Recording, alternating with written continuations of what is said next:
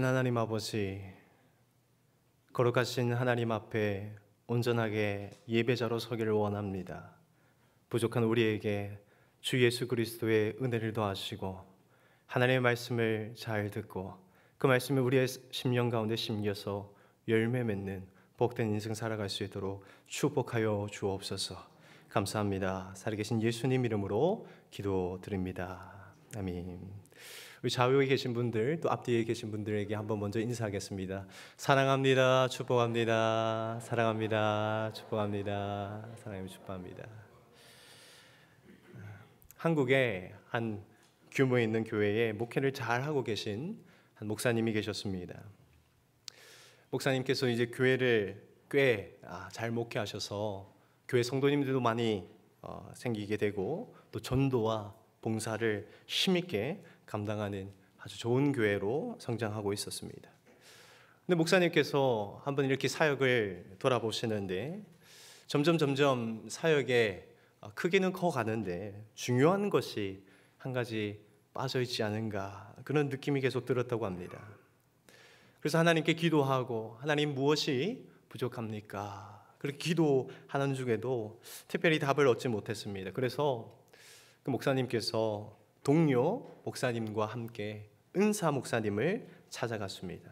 그 은사 목사님은 한국 교회의 큰 어른이시고 은퇴하신 목사님인데 찾아가서 한번 조언을 구하는 것이죠.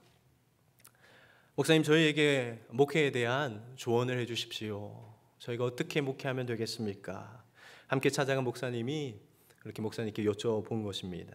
그때에 그 은사 목사님께서 한참을 침묵하시다가 이렇게 입을 뗐습니다.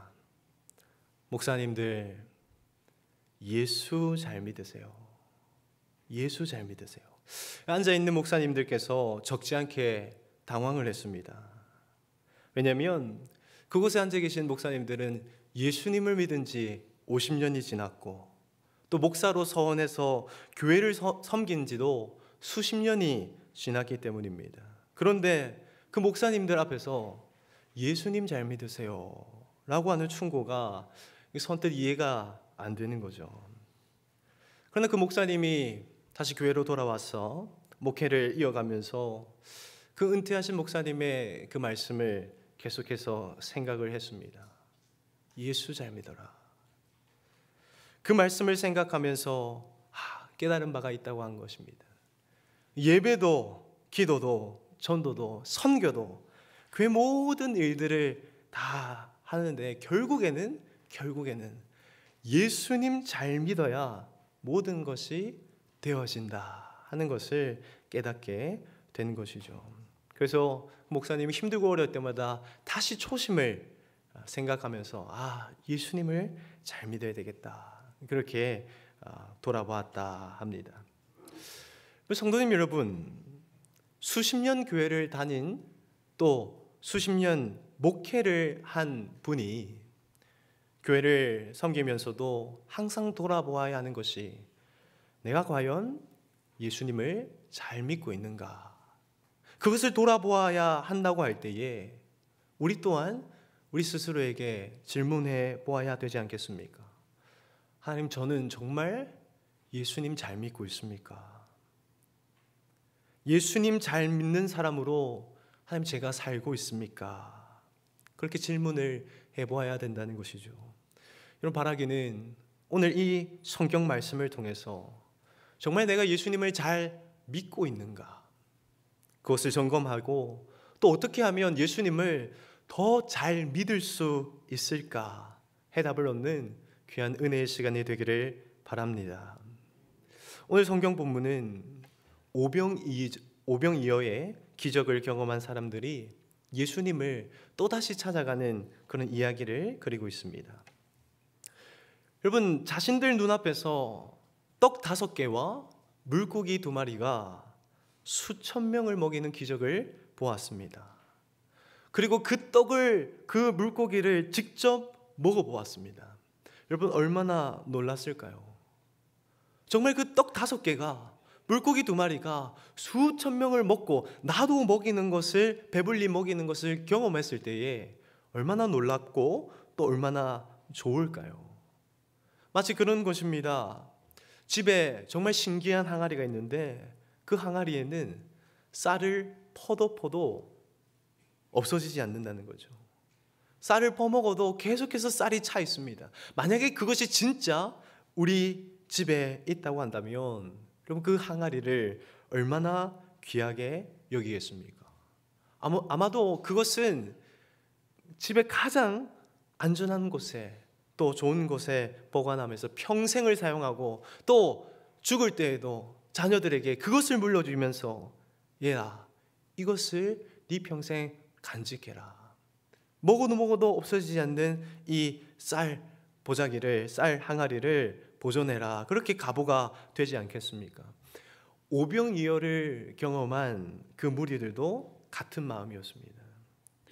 예수님의 그 놀라운 기적을 한번 체험하고 그들은 예수님을 떠나보낼 수가 없었습니다. 예수님을 함께 하고 싶었습니다. 평생토록 예수님이 내 옆에 계셨으면 좋겠다 그렇게 생각합니다. 그래서 그들이 뭐라고 합니까? 예수님, 우리 왕이 되어 주십시오. 이 마을에 예수님께서 평생토록 함께하면서 우리의 왕이 되어 주십시오. 그렇게 왕으로 칭송을 합니다. 늘 곁에 두고 싶기 때문입니다. 그런데 이렇게 왕으로 추대하는 그 무리들의 원성에도 불구하고 예수님은 마치 도망을 가듯이 그 무리로부터 떨어지십니다. 멀리 떠나십니다. 그리고 하루가 지났습니다. 하루가 지나고 나서 그 오병이어 기적을 체험한 그 무리들이 예수님을 잊을 수가 없습니다. 와, 그때 떡 5개와 물고기 2마리로 수천 명 먹었는데, 와, 그때 진짜 놀라운 기적이 있었는데. 그리고 그들은 예수님이 이미 떠났지만 다시 예수님을 찾으러 갑니다. 오늘 본문 24절에 이렇게 말씀합니다. 무리가 거기 예수도 없으시고 제자들도 없음을 보고 곧 배들을 타고 예수를 찾으러 가버나움으로 가서. 아멘. 그 무리가 하루가 지났기 때문에 집으로 돌아갔겠죠. 집에 돌아갔다가 다시 예수님 있던 장소를 찾아갑니다. 예수님 어디 계시지? 그런데 그곳은 이미 예수님께서 떠나가셨습니다. 그런데 그들이 포기하지 않습니다. 주변 사람들에게 묻습니다. 혹시 그 나사렛 예수 어디 갔는지 아십니까? 수소문을 하는 거죠. 그렇게 수소문을 해본 끝에 예수님께서 배를 타고 그 갈릴리 호수 건너편 가버나움으로 가셨다더라. 그 이야기를 듣게 됩니다. 그래서 그 무리들이 어떻게 합니까? 자기들도 배를 구해서 그 가버나움으로 찾아갑니다. 가버나움을 가서도 한 번에 만날 수가 없었겠죠. 수많은 사람들이 흩어져서 예수님을 찾습니다. 예수님 어디 계시지? 예수님 어디 계시지? 그런데 마침 예수님을 만납니다. 한참을 찾다가 예수님을 만납니다. 예수님 어디 계셨습니까? 저희가 한참을 찾았습니다. 얼마나 애타게 찾았는지 모릅니다. 아침부터 지금까지 배 타고 여기까지 왔습니다. 그런데 예수님의 반응이 이상합니다. 예수님은 반갑게 그들을 맞아주지 않습니다. 예수님은 정색을 하시면서 이렇게 말씀하십니다. 본문 25절 26절 말씀에 바다 건너편에서 만나 랍비여 어느 때에 여기 오셨나이까 하니 예수께서 대답하여 가라사대 내가 진실로 진실로 너희에게 이르노니 너희가 나를 찾는 것은 표적을 본 까닭이 아니요 떡을 먹고 배부른 까닭이로다. 아멘. 예수님께서는 자신을 찾기 위해서, 자신을 만나보기 위해서 아침부터, 그 어제부터 이틀간 수고하고 심지어 예수님을 보기 위해서 휴가도 내고 자신의 직장과 일들도 잠시 내려놓고 배를 타고 찾아온 그들을 향해서 친절하게 맞아주지 않습니다. 여러분, 그런데 사실 예수님은 본래 어떤 분이십니까? 예수님은 이 세상 그 누구보다 친절하신 분이죠. 이 세상 그 어떤 분보다 사랑이 많으신 분이십니다. 그 당시 참 약하고 불쌍하고 외로웠던 고아와 과부들을 예수님은 사랑으로 찾아가 주셨습니다. 그 당시 수많은 사람들이 미워하고 또 인정하지 않고 배척했던 그 세리와 창녀들의 친구가 되어주셨습니다. 예수님이 정말 따뜻한 분이잖아요. 그런데 그 따뜻하고 사랑 많으신 그 예수님께서 그렇게 애쓰고 수고해서 찾아온 그들을 향해서 왜 박대하십니까? 왜 그렇게 반갑게 맞아주지 않습니까? 예수님은 그들의 중심을 알고 있기 때문입니다. 그들이 예수님을 찾아온 것은 예수님을 보고 만나기 위함이 아니라 예수님 주시는 떡 먹기 위해서 온 사람들이다 하는 것을 예수님은 너무나 잘 알고 있었기 때문입니다. 26절 말씀에 보면 찾는다, 너희가 찾는다라고 얘기합니다. 근데 이 찾는다라는 단어는 헬라어로 계속적이다, 계속해서 찾는다라는 의미를 포함합니다. 그래서 그것은 어떤 의미냐면 너희는 어제도 떡을 찾았잖아. 너희는 지금 나를 찾아왔지만, 지금 나와 만났지만 내 속에서도, 만남 속에서도 내가 줄 떡을 지금도 찾고 있지 않느냐. 너희는 다음 날이 되어서도 내가 줄 떡만을 찾을 것이다. 그렇게 예수님은 그 마음을 꿰뚫어 보시며 그들에게 말씀하는 것입니다. 그러면서 그들에게 말합니다. 너희는 썩을 양식을 구하지 말고 영생하도록 있는 그 영원한 양식을 구해라. 사랑하는 성도님 여러분, 우리는 자칫 잘못하면 오늘 이 오병이어의 말씀에 기록된 무리들처럼 예수님을 찾을 수 있습니다. 여러분, 이 무리들을 한번 살펴보십시오. 겉으로 보면 예수님을 너무나 잘 믿는 사람처럼 보이지 않습니까? 그들은 예수님께 찬송을 올려드렸습니다. 뭐라고 찬송했습니까? 예수님이여 우리의 왕이 되옵소서. 왕으로 추대했습니다. 심지어는 그 예수님을 만나기 위해서 자신의 생업도 잠시 뒤로 미뤄두고 며칠을 예수님을 찾을 정도로 열정도 있었습니다. 심지어 예수님을 만나기 위해서 바다 건너편에 배를 타고 찾아올 정도로 그런 노력이 있었던 것이죠. 여러분, 이 정도로 보면 겉으로 보면 이 사람들 참 믿음 좋은 사람처럼 보이지 않겠습니까? 여러분, 실제로 그들은 예수님 잘 믿는 사람처럼 보였습니다. 그리고 스스로도 그렇게 생각했습니다. 이 정도면 예수님도 기뻐하시겠지. 내가 이렇게 직장도 잠시 내려놓고 예수님을 찾아왔는데 나를 기뻐하시겠지. 그렇게 생각했을지 모릅니다. 그러나 예수님께서는 그들 중심에 구세주 예수 그리스도, 생명의 주 예수 그리스도, 그분을 찾는 것이 아니라 그냥 썩어 없어질 양식만을 바라보고 있음을 보시며 책망하며 말씀하십니다. 너희는 썩을 양식을 구하지 말고 영생하도록 있는 그 양식을 구하라. 그렇게 말씀합니다. 여러분, 그렇습니다. 예수님을 잘 믿는다 하는 것은 종교 생활을 열심히 하는 것이 아닙니다. 예수님을 잘 믿는다 하는 것은 영적인 양식을 사모하는 것입니다. 우리는 스스로 착각할 수 있습니다. 예수님을 왕이라 부르면서 나는 좋은 그리스도인이야. 예배에 빠지지 않으면서 나는 좋은 그리스도인이야. 기도하면서 봉사의 자리에 열심을 내면서 내 믿음은 좋은 믿음이야 라고 생각할 수 있습니다. 그러나 그 모든 것을 통해서 예수 그리스도를 바라는 것이 아니라 주님이 주실 그냥 썩어 없어질 양식만을 바라보고 있다면 우리의 믿음은 결코 주님 앞에서 너 믿음 좋은 사람이다 칭찬받을 수가 없다는 것이죠. 여러분, 우리가 잘 아는 것처럼 예수님께서는 우리의 중심을 보십니다. 예수님은 하나님을 예배하는 이 자리에서도 어떻게 나와 있는지를 잘 아십니다. 그가 습관적으로 형식적으로 나왔는지 은혜를 사모하면서 이 갈급한 심령에 주님 없으면 나는 살 수가 없습니다, 그 마음으로 찾아왔는지를 너무도 잘 아신다, 그런 말씀입니다. 예수님은 똑같이 기도하더라도 그가 썩어 없어질 양심만을 바라보는 사람인지 아니면 그 심령에 하나님의 나라와 의를 구하는 그 영적인 마음이 있는지를 다 구분해 보신다는 것이죠.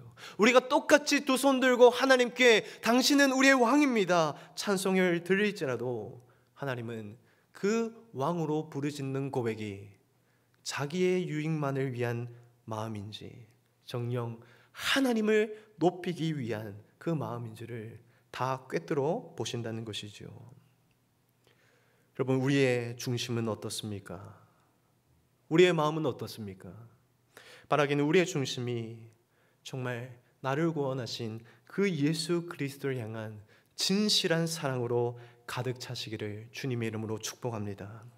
여러분, 우리의 기도가 정말 한 번 먹으면 썩어 없어질 그 양식만을 구하는 것이 아니라 하나님 내게 주실 영원한 만족과 기쁨과 그 하나님 나라를 사모하는 기도를 드릴 수 있기를 주님의 이름으로 축복합니다. 여러분, 만약 우리가 정말 그 썩어질 것을 구하지 않고 하나님을 구하고 하나님 주시는 영적 양식을 구하면 또 그것을 누리는 사람이 된다면 여러분, 우리는 참 행복한 사람이 될 것입니다. 여러분, 빌립보서 4장 11절에서 12절 사도 바울이 그렇게 고백합니다. 내가 궁핍함으로 말하는 것이 아니니라. 나는 어떤 형편에든지 자족하기를 배웠노니 나는 비천에도 처할 줄 알고 풍부에도 처할 줄 알아 모든 일 곧 배부름과 배고픔과 풍부와 궁핍에도 처할 줄 아는 일체의 비결을 배웠노라. 아멘. 여러분, 바울이 이렇게 편지합니다. 나는 배고파도 만족한다. 나는 비천에도 만족한다. 나는 그 어떤 고난과 역경 속에서도 만족한다. 이 편지를 어디서 쓰고 있는지 아시지요? 바울은 감옥에 갇혀서 이 편지를 씁니다. 난 비록 감옥에 갇혀서 난 이곳에서 이렇게 살아가고 있지만 내 마음은 여전히 주님으로 충분히 만족하다, 그렇게 말합니다. 바울이 말하는 이 비결이 무엇일까요? 그것은 다른 것이 아닙니다. 하나님이 주시는 영생하도록 있는 그 양식이 바울 심령 가운데 있기 때문에 바울은 배가 고파도 비천해도 궁핍해도 내 안에 만족이 되시는 그 하나님의 은혜의 샘물로 행복하며 살아가는 것입니다. 여러분, 한 아이가 밥을 맛있게 먹고 있습니다. 그리고 그 모습을 지켜보고 있는 부모가 있습니다. 아이가 한번 부모를 들춰보고는 그렇게 이야기합니다. 아빠도 밥 먹어. 배고프지 않아? 그런데 그때 아빠가 뭐라고 대답할까요? 아빠는 괜찮아. 아빠는 너가 먹는 것만 봐도 배가 불러. 그렇게 이야기합니다. 여러분, 그게 말이 됩니까? 먹는 것을 보는데 왜 배가 부릅니까? 그런데요, 제가 아빠가 되고 나니까 안 먹어도 배가 부르더라고요. 아이들이 맛있게 먹고 있는 행복한 모습을 보고 있으면 내가 분명히 먹지 않았는데 배가 부르다 하는 경험을 하게 됩니다. 여러분, 이것이 우리에게 무엇을 얘기해 주는 것입니까? 여러분, 참 만족과 참 기쁨은, 참 행복은 무엇을 많이 먹는다고 생기는 것이 아니라는 것이에요. 참 만족과 참 행복은 그 마음의 만족과 그 영혼의 만족이 있어야 이루어진다는 것입니다. 여러분, 그렇게 내가 사랑하는 사람이 행복한 모습을 보아도 내 마음이 절로 행복해지고 내 상황과 환경과 형편이 상관없이 마음이 기뻐지는데, 전능하시고 살아계시고 이 모든 것을 창조하신 그 하나님께서 우리의 마음을 은혜로, 영생으로, 복으로 가득 채워주신다 말씀하신다면, 그 마음이 그것으로 가득 찬다면 우리의 마음이 과연 만족이 되지 않겠습니까? 만족되는 거예요. 사도 바울처럼 정말로 비천해도 궁핍해도 배고파도 만족되는 것입니다. 하나님께서 영의 양식을 채워주실 때에 우리는 사도 바울과 같이 그 어떤 자리에서도 늘 기뻐하고 감사할 수 있는 줄 믿으시기를 축복합니다. 여러분, 그렇습니다. 다른 것이 아니라 영의 양식이 정말 우리를 만족하게 채워줍니다. 그렇기 때문에 예수님께서 그 썩어질 양식을 구하는 자들을 바라보면서 그렇게 이야기합니다. 이제 너희는 썩어질 양식 구하지 말고 영적인 양식을 구해라. 그런데 예수님께서 이렇게 영적인 양식을 구하라 라고 말씀하시면서 그 양식을 위해서 너희가 일하라 라고 말씀합니다. 그 양식을 위해서 너희가 일하라 말씀합니다. 여러분, 27절 28절 말씀 우리 같이 한번 읽어볼까요? 요한복음 6장 27절 28절 말씀입니다. 같이 읽습니다. 썩는 양식을 위하여 일하지 말고 영생하도록 있는 양식을 위하여 하라. 이 양식은 인자가 너에게 주리니 인자는 아버지 하나님의 인지신 자니라. 저희가 묻되 우리가 어떻게 하여야 하나님의 일을 하오리까. 아멘. 여러분, 예수님께서 영적인 양식을 너희가 얻기 위한다면 일하라 그렇게 말씀합니다. 쉽게 말하면 우리가 육신의 양식을 얻기 위해서 하루 종일 우리가 나가서 일을 하듯이 영의 양식을 먹기 위해서도 너희가 일을 해야 된다라고 말씀합니다. 그때 무리들이 묻습니다. 그러면 예수님, 저희가 무슨 일을 해야 됩니까? 여러분, 그런데 사실 이 영적인 양식을 얻기 위해서 일을 해라 라고 하는 말은 사실 우리에게 쉽게 와닿지 않습니다. 이해되지 않습니다. 왜 그렇습니까? 여러분, 우리는 영적인 양식이라고 하면 그것을 은혜라고 생각하죠. 여러분, 은혜가 무엇입니까? 은혜는 하나님이 주시는 겁니다. 은혜는 거저 주시는 것이죠. 은혜는 받을 수 없는 사람에게 그냥 주는 것이 은혜입니다. 그런데 그 은혜를 받기 위해서 일을 해라? 뭔가 맞지 않아 보인다 생각이 된다는 것이죠. 그런데 예수님은 그 영적인 양식을 너희가 얻기 원한다면 일해라 말씀합니다. 그 이유가 있습니다. 그것은 여러분, 하나님의 양식, 하나님의 은혜, 하나님 주시는 만족이 곧 하나님의 일을 이루는 것이기 때문입니다. 요한복음 4장 34절에 예수님께서는 이렇게 또 말씀하셨습니다. 예수께서 이르시되 나의 양식은 나를 보내신 이의 뜻을 행하며 그 일을 온전히 이루는 이것이니라. 아멘. 예수님께서 말씀하십니다. 나의 양식은 곧 하나님의 일을 하는 것이다. 하나님 주시는 양식은 우리가 그냥 생각하고 상상하는 대로 우리가 생각하는 양식 무엇입니까? 그냥 편안하게 앉아서 또는 누워서 주시는 거 먹고 마시고 누리는 것, 그것을 우리는 양식이라고 생각합니다. 그런데 하나님 주시는 양식은 그러한 형태가 아니라 하나님 주시는 양식, 하나님 주시는 은혜, 하나님 주시는 만족은 그렇게 가만히 있으면서 누리는 것이 아니라 하나님의 일을 동참하는 것이 양식이고, 하나님의 나라를 세워가는 것이 은혜고, 하나님이 함께 하시는 그 일에 우리가 동참하는 것이 하나님 주시는 기쁨이다 하는 것이죠. 때문에 사도 바울은 고린도후서 6장 1절에서 그렇게 우리에게 말씀합니다. 우리가 하나님과 함께 일하는 자로서 너희를 권하노니 하나님의 은혜를 헛되이 받지 말라. 아멘. 바울 역시 하나님의 은혜에 관해서 말씀을 할 때 무엇과 연결시킵니까? 은혜는 일과 연결된다. 하나님과 함께 일하는 자로서 너희는 은혜를 헛되이 받지 말라. 풀어서 이야기하면 은혜를 아무리 받아도 하나님과 함께 일하지 않으면 그 은혜는 우리가 은혜로 받을 수가 없다는 말입니다. 하나님 주시는 영적인 양식은 하나님의 일과 뗄래야 뗄 수가 없다는 말입니다. 우리가 잘 아는 단어로 설명을 하면 은혜와 사명은 떨어질래야 떨어질 수가 없다는 것이죠. 다시 말해서 은혜를 누리기 원한다면 하나님 일과 무관하게 살 수가 없습니다. 그리고 실제로 은혜를 얻은 자는 반드시 하나님의 일을 이루는 과정을 통해서 그 만족과 기쁨을 온전하게 누리게 된다는 거예요.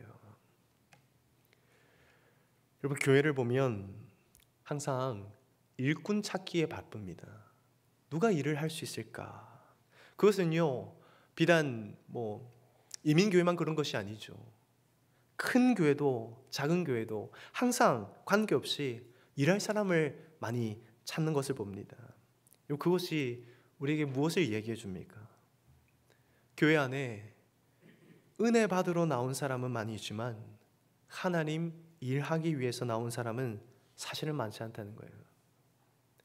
여러분, 예수님의 몸인 교회가 역동적으로 살아 움직이고 또 교회가 하나님의 은혜로 가득 차기 위해서는요, 그냥 은혜 받는 사람만 가득한다고 되는 것이 아닙니다.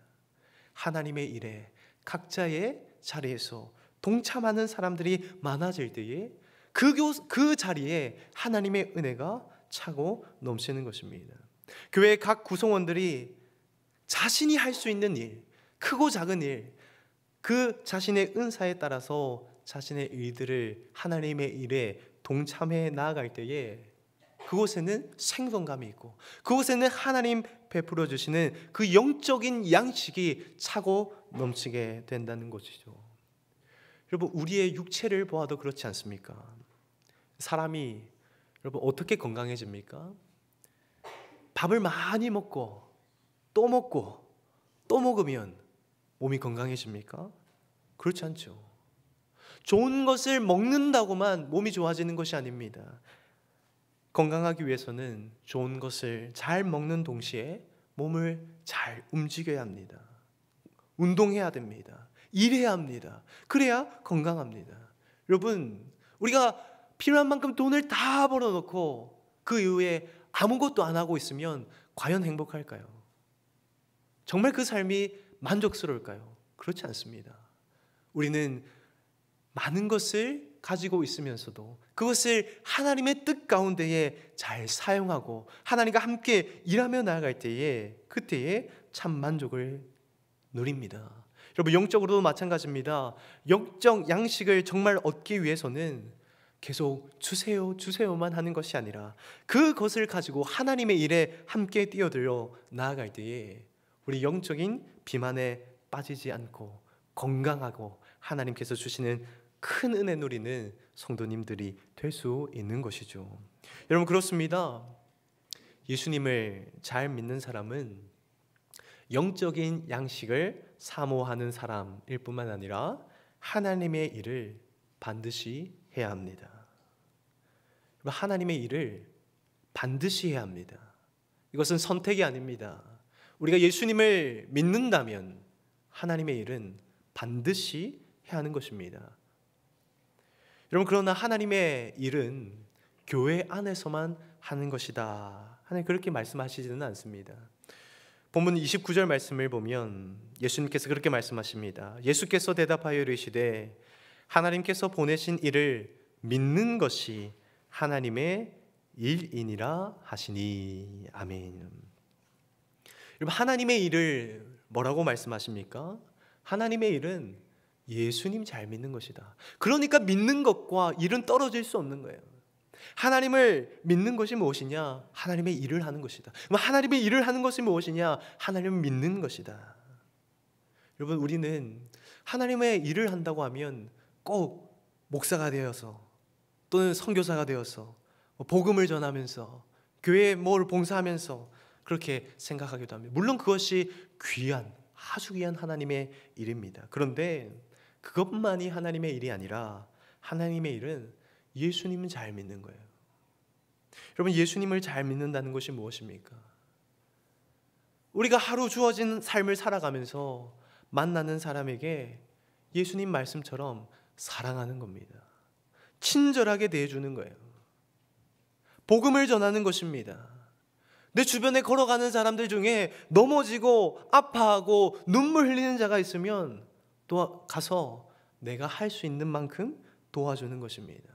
그것이 믿음의 삶이고 또 그것을 하나님은 너가 하나님의 일을 하고 있다 말씀하는 것이죠. 한 사람이 길을 가다가 강도를 만났습니다. 그 강도 만난 사람이 반쯤 죽게 되었다, 그렇게 성경이 말하고 있습니다. 반드시 도움이 필요합니다. 위급합니다. 지금 당장 병원으로 가야 되는 그런 상태입니다. 그런데 그때에 한 제사장이 그 길을 지나갑니다. 그 사람을 보았습니다. 그리고 어떻게 합니까? 그냥 지나갑니다. 그 이후에 레위인이 지나갑니다. 레위인은 하나님의 성전에서 함께 수종드는 사람입니다. 그런데 그 역시 그냥 지나갑니다. 그리고 그 이후에 당시 많은 사람들에게 천하다, 저 사람 천하다, 그렇게 취급을 받았던 사마리아 한 사람이 그 길을 지나갑니다. 그리고 그 사람이 어떻게 합니까? 그가 가지고 있는 포도주를 상처에 붓고 소독하고 자신의 나귀에 태워서 주막으로 옮겨주고 자신의 돈을 주면서 이 사람이 낫도록 좀 도와주십시오. 만약에 그래도 돈이 더 들면 제가 반드시 와서 갚아주겠습니다. 여러분, 이 중에 하나님의 일한 사람은 누구입니까? 제사장도 아니고 레위인도 아니고 사마리아 사람입니다. 그 사마리아 사람이 이웃을 사랑하는 그 모습을 보여줄 때에 그는 하나님의 일을 하는, 제사장보다, 그 순간에는 제사장보다 레위인보다 참 위대한 하나님의 일을 하는 사람으로 하나님께서는 보셨다 하는 것이죠. 성도님 여러분, 우리는 교회에서 하나님의 못된 교회를 세워가며 우리가 필요한 자리에서 일을 해야 합니다. 그런데 동시에 우리의 삶의 자리에서도 하나님의 일을 감당해야 합니다. 우리가 걸어가는 길에서 하나님의 일을 할 수 있습니다. 여러분, 가정에서 하나님의 일을 할 수 있습니다. 여러분, 직장에서도 할 수 없다 생각이 되지만 하나님의 일을 우리는 얼마든지 할 수 있습니다. 여러분, 먼저 웃어 주십시오. 먼저 인사해 주십시오. 힘들고 어려운 사람들을 먼저 찾아가서 위로해 주십시오. 도움을 청하러 찾아온 자에게 박대하며 나가라 하지 마시고 그에게 할 수 있는 대로 그들을 도와주십시오. 여러분, 하나님의 일은 그 사소한 것부터, 그 작은 것부터 시작되는 것입니다. 그리고 그 일이 뭉쳐지고 하나 되고 이 땅의 모든 그리스도인들이 하나님을 잘 믿는다면, 다시 말해서 하나님을 믿는 믿음으로 자신의 삶을 살아낸다면 하나님의 나라가 어찌 이 땅에 이루어지지가 않겠습니까? 하나님은 우리에게 바랍니다. 그것을 바라고 있습니다. 설교를 마무리하면서 오늘 제목을 다시 한번 기억하고자 합니다. 나는 예수님을 믿습니다. 나는 예수님을 믿습니다. 여러분, 이것이 우리에게 정말 어떤 의미입니까? 오늘 말씀의 오병이어의 무리처럼 예수님을 쫓아가면서 예수님, 저에게 떡을 주십시오. 물을 주십시오. 물고기를 주십시오.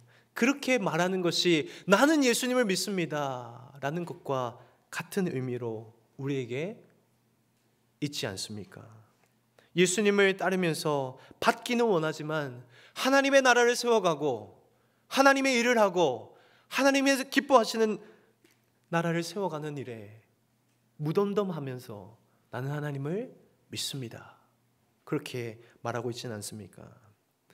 여러분, 믿음이란 그저 언젠가 한번 말씀 듣고 감동하여서 좋다, 그 감정을 가졌다고 그것이 믿음이 아닙니다. 믿음은 매일매일 돌아봐야 되는 것입니다. 수십 년 목회를 한 목사님도 은퇴하고 이제 예수님을 바라보고 천국 갈 날이 얼마 남지 않은 목사님도 스스로 돌아봅니다. 내가 과연 예수님을 잘 믿고 있는가? 여러분, 믿음이란 주님을 만나는 그날까지 주님 앞에 두려워 떨면서 내가 과연 예수님을 잘 믿는가 돌아보는 것이 믿음입니다.